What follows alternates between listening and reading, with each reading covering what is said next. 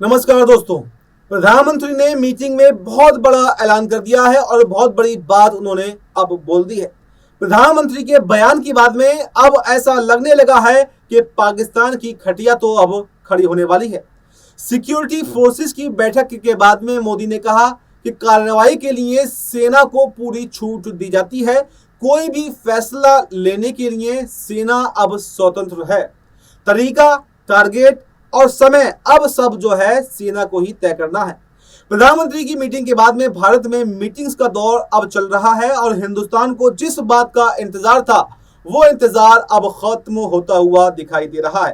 पाकिस्तान भारत को परमाणु बम की धमकियां दे रहा था, लेकिन पाकिस्तान भारत पर दबाव बनाने में पूरी तरह से नाकामयाब रहा है। और सबसे बड़ी बात यह है दोस्तों कि इससे पहले भारत की तरफ से या फिर प्रधानमंत्री की तरफ से पाकिस्तान का नाम नहीं लिया गया था। प्रधानमंत्री आतंक की आत्मा को खत्म करने की बात कर रहे थे। पाकिस्तान भारत पर हमला करने की बात कर रहा था, यानी पाकिस्तान सीधे हमारा नाम ले रहा था, लेकिन हम नाम नहीं लेने से बच रहे थे। लेकिन अब भारत की सेनाओं को स्वतंत्रता से कोई भी निर्णय लेने का आदेश दिया जा चुका है और सेना का निर्णय तो आपको मालूम ही है कि वो कैसे काम करते हैं। सेना सिर्फ एक ही काम करती है और वो होता है सिर्फ दुश्मन का सर्वनाश। जम्मू कश्मीर के 48 पर्यटन स्थल जो हैं वो बंद कर दिए गए हैं। गृह मंत्री के साथ में सिक्योरिटी फोर्सेस की बैठक भी हो चुकी है। रक्षा मंत्री ने मोदी से मुलाकात की है। सीडीएस ने national security adviser Ajit Doval से मुलाकात की है। वाघा और अटारी बॉर्डर पूरी तरह से पहले ही सील किए जा चुके हैं। पाकिस्तानियों को वापस जाने का अल्टीमेटम जो दिया गया था वो भी अब खत्म हो चुका है। भारतीयों को पाकिस्तान छोड़ने का जो अल्टीमेटम दिया गया था वो भी तमाम जो भारतीय हैं वापस लौट चुके हैं। और मोदी ने बिहार की रैली से अंग्रेजी में भाषण देकर दुनिया को ये पहले ही संदेश देने की कोशिश की थी कि अब जो है हमला पाकिस्तान में होकर रहेगा। पाकिस्तान के 16 यूट्यूब चैनल भी बंद कर दिए गए हैं। नरेंद्र मोदी ने मन की बात और बिहार की रैली के बाद में जो खामोशी दिखाई, जो संयम दिखाया और उसके बाद में जो आदेश दिया, इसमें एक कूटनीति जो है वो दिखाई देती है। कांग्रेस ने मोदी की खामोशी देखकर गायब नाम का एक पोस्टर जारी कर दिया था जिसमें प्रधानमंत्री के शरीर से सिर गायब था। दोस्तों, मेल मुलाकातें होती रहीं और एक बड़े एक एक्शन से पहले जो कुछ भी होना चाहिए था वो गतिविधियां होती हुई दिखाई दे रही हैं।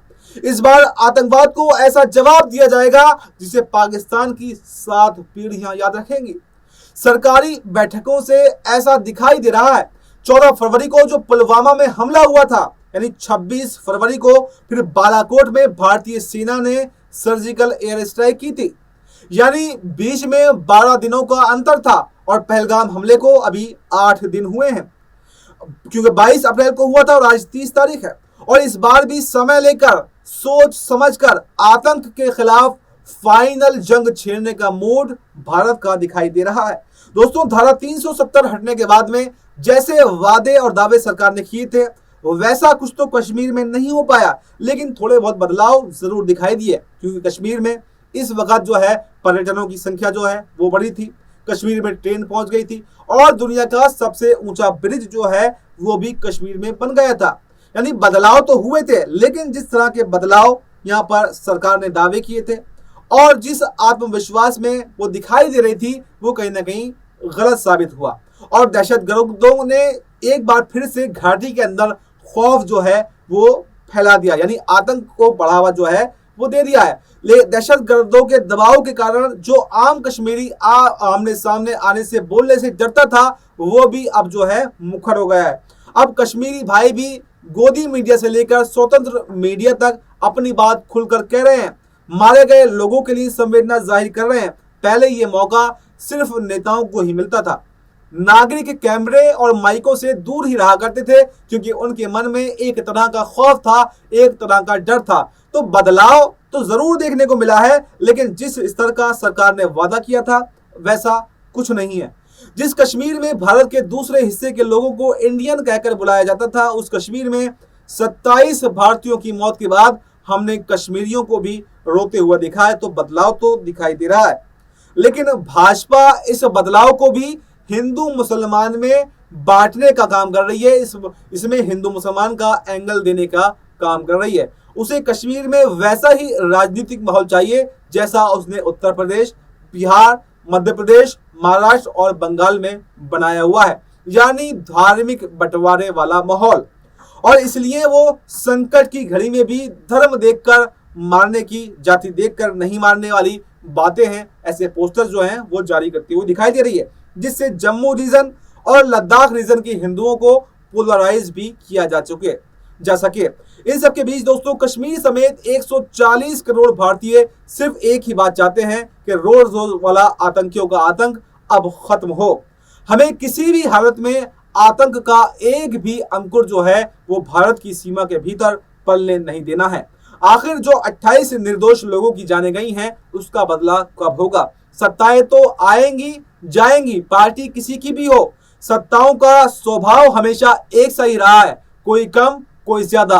अगर भाजपा भारत सरकार ने इस बार आतंकवाद को करारा जवाब नहीं दिया, अगर इस बार भी पाकिस्तान को सबक नहीं सिखाया, अगर इस बार भी पाकिस्तान के दिल में भारत के नाम का खौफ नहीं बैठाया गया, अगर इस बार भी पाकिस्तान में पल रहे आतंक के सांपों के सुर नहीं कुचले गए, तो फिर भाजपा राज को भारत से जनता वैसे ही गायब कर देगी जैसे गधे के सिर से सींग गायब हो जाते हैं। क्योंकि जनता अब भोली नहीं है, अब जनता समझ चुकी है, लेकिन समय आने पर सटीक और सही फैसला लेना वो जानती है।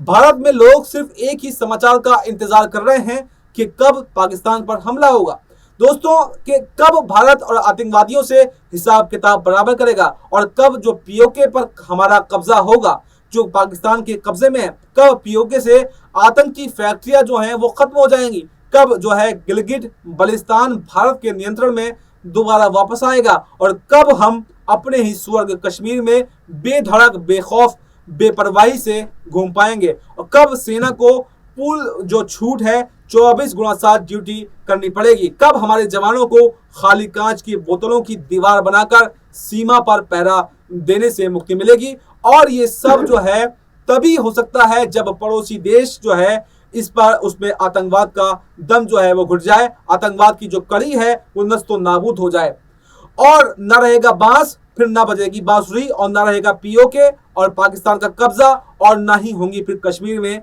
आतंकवादी घटनाएं। तो क्या जिस तरह से 12 दिनों का समय पहले यहाँ पर 2019 में पुलवामा हमले के बाद में लिया गया था, तो क्या अब भी 12-15 दिन के बाद में यानी 4-5 मई के बाद में क्या यहाँ पर पाकिस्तान पर हमला होता हुआ दिखाई देगा?